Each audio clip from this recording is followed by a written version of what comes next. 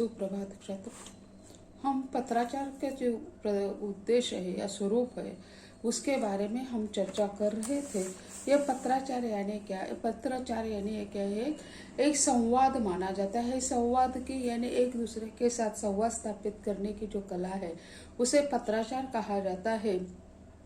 हिंदी में पत्र लेखन भी अन्य भाषाओं की तरह ही होता है। यानी पत्र लिखने की पद्धति जो है, चाहे वो अंग्रेजी हो, चाहे हिंदी हो, चाहे मराठी हो, कौन सी भी भाषाएं हो, उसमें जो पद्धति होती है वह यानी अन्य भाषाओं की तरह ही यानी हिंदी में भी होता है। लेकिन कुछ बातों को ध्यान में रखना अति आवश्यक है। हर भाषा के व्याकरण में थोड़ा बहुत अंतर आवश्यक है। यानी हिंदी, मराठी, अंग्रेजी ये 3 महत्वपूर्ण भाषा मानते हैं। उसी तरह क्षेत्रीय भाषाएं जो है, प्रांतीय भाषाएं जो है, उसमें भी यानी जैसे अपनी मातृभाषा जो होती है, मातृभाषा में अपने हम पत्र लिखते हैं तो मातृभाषा का व्याकरण अलग होता है। जो संविधान के आधार पर जो भाषाओं को स्थान मिला है तो उसका भी व्याकरण अलग होता है। बोली भाषा का व्याकरण अलग होता है, उसकी शैली अलग होती है। उसे हम बोलते अलग प्रकार से है और लिखते अलग प्रकार से है। तो भाषाओं का जो हर एक भाषा का जो व्याकरण होता है वो अलग अलग होता है। यह हमें ज्ञात है, इसलिए इसकी कुछ बातों पर प्रकाश डालना आवश्यक है। हर भाषा का व्याकरण जो होता है वो अलग होता है। इसी कारण यानी उस भाषा की अपनी व्याकरणीयता या अपना व्याकरण किस तरह है इसके बारे में हमें कुछ चर्चा करनी है। तो पत्र लेखन से संबंधित कुछ महत्वपूर्ण बातें इस प्रकार है। यानी वार्तालाप किस तरह लिखते हैं, यानी किस वजह से पत्र लिखते हैं। घरेलू पत्र होता है तो वह अलग होता है, व्यावसायिक पत्र होता है तो अलग होता है, सरकारी पत्र होता है तो अलग होता है। तो ऐसे जो पत्र के प्रकार है तो उसमें महत्वपूर्ण तथ्य क्या होते हैं? तो पहला जो है वह वार्तालाप, यानी वार्तालाप। पत्र लिखने समय आपको यह ध्यान रखना होता है जो पत्र आप लिख रहे हैं पढ़ने वालों को कितना समझ में आए। यानी पत्र यानी क्या है? संवाद। पहले जो है वो संवाद कैसे स्थापित होता है लेखन शैली के पहले, इसके इतिहास को हम देखते हैं तो काफी पुराना है। जैसे आजकल भी हमारे यहाँ कोई समारोह होता है तो कार्ड बांट दिया जाता है या निमंत्रण घर घर जाकर दिया जाता है। ये संवाद का ही एक माध्यम है। पहले यानी ये न्योता देना है या खाने के लिए या कोई समारोह में शरीक होने के लिए तो घर घर जाकर यानी एक दूसरे को बुलाया जाता था, न्योता दिया जाता था। इसके पहले कोई दूसरे गांव जाना है तो कोई विशिष्ट लोग होते थे तो उसे हरकारा कहा जाता है यानी संदेश देने वाला। तो यानी जैसे हम देखते हैं यह पत्र शैली या पत्र लिखने की डाक की उपलब्धि तैयार हो गई, डाक लिखने की कला हो गई, यानी डाक का आविष्कार हो गया। तब से यह खत 15 पैसे का क्यों न हो वो संदेशा लेकर हमारे पास आता था। तो वो संदेशा कैसा भी शुभ हो अशुभ हो लेकिन वो संदेश है। यह पत्र लिखने की पद्धति के पहले ये संदेश देने के लिए एक गांव का आदमी दूसरे गांव चला जाता था और वह संदेश देता था। लिखित रूप में नहीं था, उसी समय मौखिक रूप में होता था। ये गरीब लोगों की ये स्थिति, जो अमीर लोग होते हैं तो उनके संदेश वाहक होते हैं, वो संदेश वहीं पे पहुंचा देते हैं और वहां का संदेश फिर उन लोगों के पास ले आ जाते हैं। लेकिन यह वार्तालाप करने की, संदेश भेज देने की यह पद्धति जो है पहले से ही है। चाहे राजनीतिक स्तर पर हो या हमारी भावनात्मक स्तर पर हो। राजनीतिक स्तर अलग होता है लेकिन वही क्या है? संदेश ही देना है।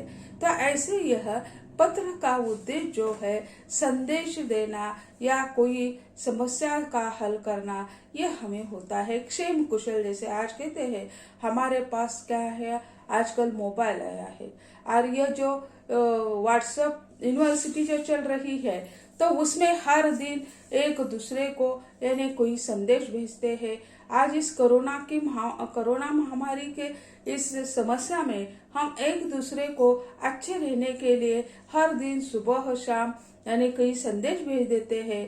आप कैसे हैं? ठीक है, आपका ख्याल रखिए।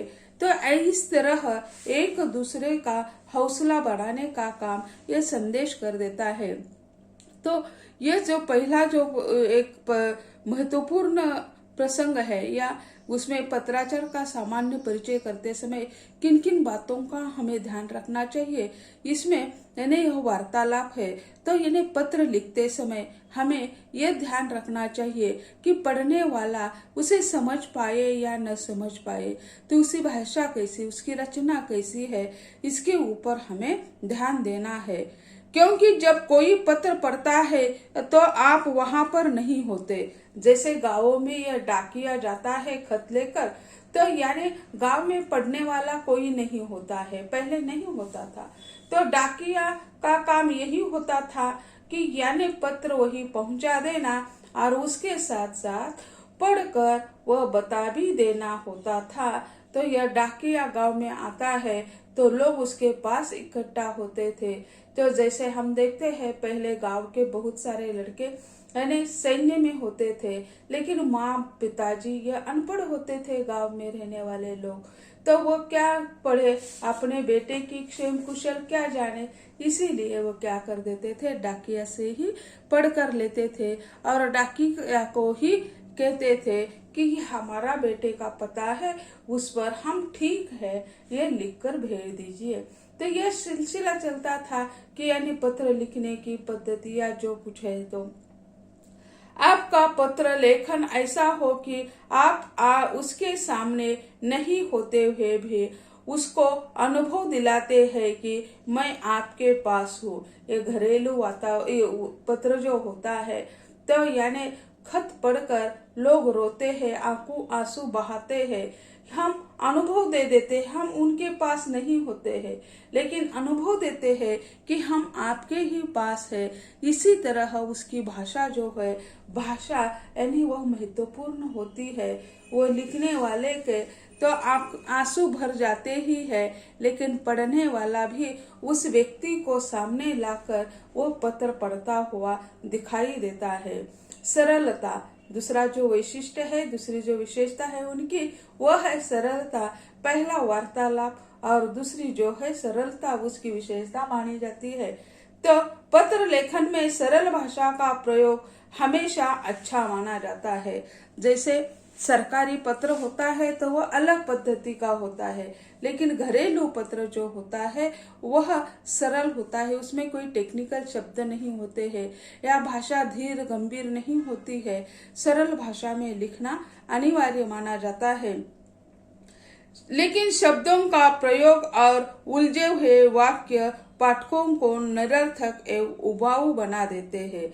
अगर शब्दों का बेजोड़ शब्दों का हम प्रयोग कर देते हैं तो क्या हो जाता है, उसका अर्थ तो वे समझ नहीं जाते हैं और पाठक को यह पत्र जो है वह निरर्थक लगता है, यानी जो उनका उद्देश्य जो है वो उद्देश्य सफल नहीं होता है, निरर्थक लगता है और वह बोझिल बन जाता है। इसी कारण जो पत्र की भाषा है वह सीधी सादी होनी चाहिए और बेजोड़ शब्दों का प्रयोग यानी भूल कर भी नहीं करना चाहिए, क्योंकि उनका जो उद्देश्य है वो उद्देश्य ही सफल नहीं होगा, तो पत्र लिखने की आवश्यकता ही क्या होगी।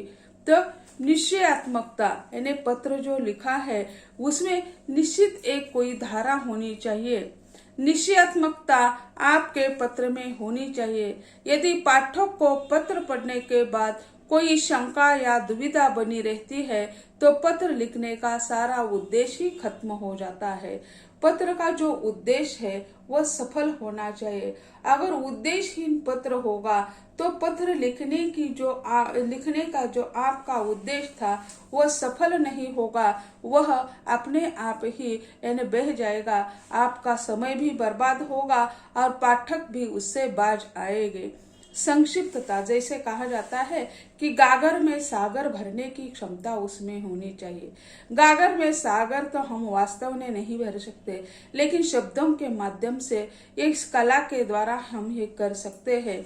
तो यानी संक्षिप्तता से अपनी पूरी बात लिखा ही अच्छा पत्र माना जाता है। यानी सभी को बार बार प्रणाम कहने के सिवा, जैसे हम कहते हैं कि परिवार के सभी सदस्यों को मेरा सादर प्रणाम, तो यानी क्या है यह संक्षिप्तता। यानी घर में 10-12 लोग हैं तो एक एक का नाम लिखने के सिवा यानी घर के सभी सदस्यों को मेरा सादर प्रणाम, तो यह क्या है यानी यहाँ यानी उन लोगों की, सभी लोगों की यानी उपस्थिति यहाँ पे आ जाती है।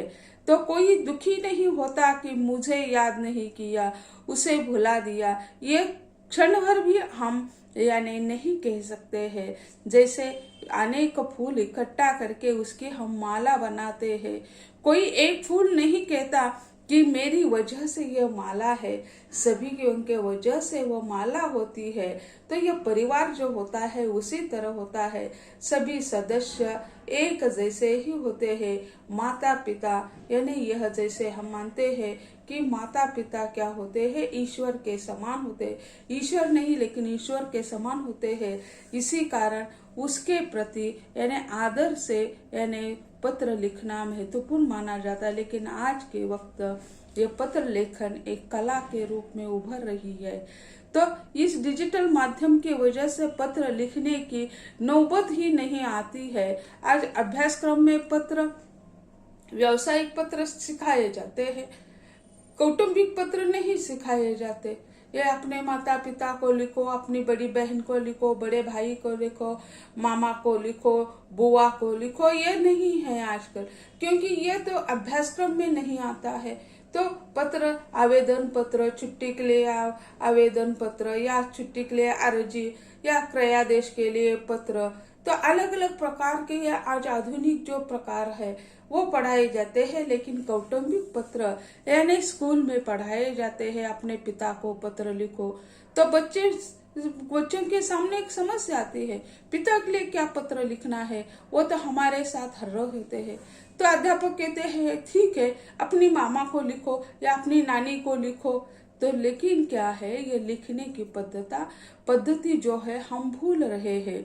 तो संक्षिप्त होने चाहिए और यह पत्र अच्छा माना जाता है, जो संक्षिप्त होता है वो अच्छा माना जाता है। आप किसी बड़ी परीक्षा में पत्र लेखन का उत्तर लिख रहे हैं तो ध्यान रहे कि किसी बात को आप दोबारा तो नहीं लिख रहे हैं। यानी एक ही बात को हम दोबारा नहीं दोहरा सकते हैं या दोहराना नहीं चाहिए, क्योंकि अब दोबारा दोहराते हैं तो वास्तविक अनिश्चितता जो है या संक्षिप्तता जो है वहीं पे समाप्त होती है। इसी कारण एक ही बात को बार बार दोहराना नहीं है। तो अगली जो विशेषता है पत्र लेखन की वह है व्याकरण। पत्र लेखन में व्याकरण का महत्वपूर्ण स्थान है। अगर आप व्याकरण में गलती करेंगे तो आपके द्वारा लिखे गए पत्र को अच्छा नहीं माना जाएगा। यानी जैसे जो व्याकरण की निश्चिति है, जैसे हम कहते हैं कि लिखने की हिंदी, मराठी, अंग्रेजी जो है कर्ता, कर्म और क्रियापद, यह तो वाक्य रचना है, ये उसी के आधार पर ही हमें पत्र लिखना चाहिए। जैसे हम बोलते हैं उसी तरह पत्र नहीं लिख सकते हैं। लिखित भाषा अलग होती है और बोली भाषा अलग होती है। बोलते समय हम अलग पद्धति से बोलते हैं, लेकिन उसी तरह हम कोई लिखने के लिए बैठ जाते हैं तो लिख नहीं सकते हैं। इसी कारण जो लिखित भाषा जो है अलग प्रकार की होती है। तो व्याकरण का स्थान पत्र लेखन में अनन्य साधारण है। अगर आप व्याकरण में गलती करेंगे तो आपके द्वारा लिखे गए पत्र को अच्छा नहीं माना जाएगा। किसी उद्देश्य से ही हम पत्र लिखते हैं, कोई बिना उद्देश्य से नहीं है। पत्र लिखने के लिए पत्र सामने लेकर बैठे हैं, किसे लिखना है, क्यों लिखना है, ये जो प्रश्न खड़े होते हैं उसके पहले प्रश्न के उत्तर ढूंढने चाहिए और फिर हमें पत्र लिखने के लिए बैठ जाना चाहिए। तो यह यानी जो सवाल पहले खड़े होते हैं उसके जवाब ढूंढो और पत्र लिखने के लिए बैठ जाओ, नहीं तो क्या हो जाता है यानी वो पत्र बोझिल बन जाता है। पत्र लिखने समय वाक्यों में व्याकरण पर विशेष ध्यान देना चाहिए। यानी पत्र लिखते समय हमें पहले व्याकरण पर विशेष ध्यान देना चाहिए, अन्यथा वह पत्र कहने लायक नहीं बन सकता है, क्योंकि पत्र में एक उत्सुकता होती है, एक अलग प्रकार का भेद उसमें होता है और हम देखते हैं। तो छात्र इस तरह यानी जो पत्र जो होते हैं, तो पत्रों के स्वरूप के बारे में या उसकी जो विशेषता है, उस विशेषता के बारे में आज हमने चर्चा की है। अगले लेक्चर में यानी पत्र के जो प्रकार है उसके बारे में हम चर्चा करेंगे। आज यही कहते हैं। धन्यवाद।